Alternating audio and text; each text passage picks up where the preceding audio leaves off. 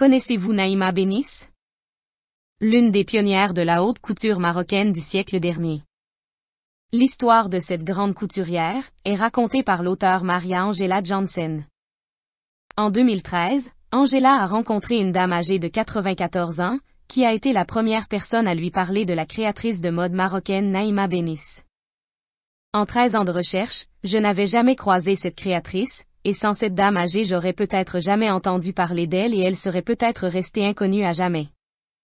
Elle a pu retrouver les filles de Naïma, qui ont été surprises par son intérêt pour leur mère après toutes ces années, mais qui étaient heureuses de transmettre son héritage.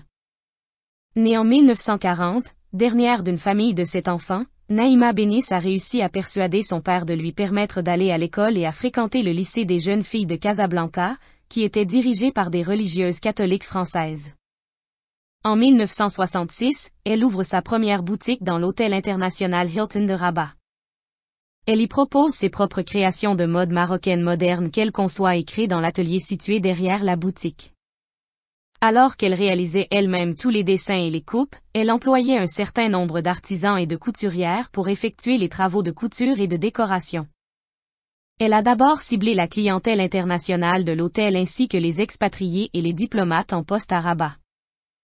Ses créations témoignaient d'un jeu intéressant entre la tradition et l'innovation, entre le local et le mondial. Elle reprenait par exemple d'anciennes décorations de passementerie de vieux caftans marocains et les appliquait à de nouveaux vêtements.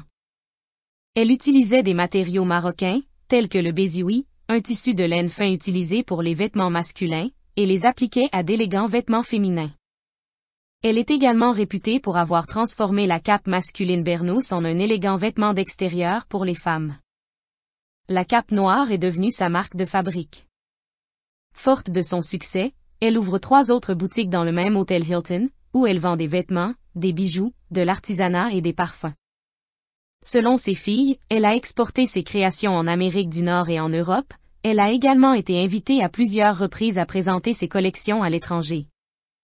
Grâce à son succès international, elle est rapidement connue de la haute société marocaine, notamment à Rabat et à Casablanca.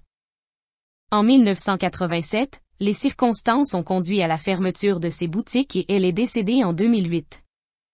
Il est surprenant de constater que ses filles ont gardé très peu de choses de leur mère après sa mort, à l'exception d'une des capes qui la rendait célèbre et dont elles ont fait don au Victoria and Albert Museum de Londres, l'un des plus grands musées d'art et design du monde. La dame âgée qui a parlé d'elle pour la première fois, a également eu la générosité de faire don de plusieurs vêtements de Naïma, qui font désormais partie de la collection du Victoria and Albert Museum. À l'automne 2014, le musée de Londres a été contacté par les conservateurs du Tropenmuseum d'Amsterdam, qui planifiaient alors leur exposition globale 1960, et on lui a ensuite demandé de prêter 2 pièces de Naïma Bénis pour qu'elles figurent dans l'exposition ainsi que dans le catalogue.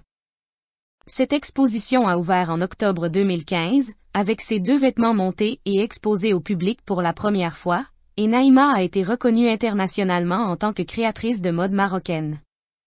Cela illustre à quel point il est important de collecter et de documenter la mode marocaine et de préserver ce patrimoine, qui pourrait sinon rester inconnu et perdu à jamais. À la prochaine pour une nouvelle histoire.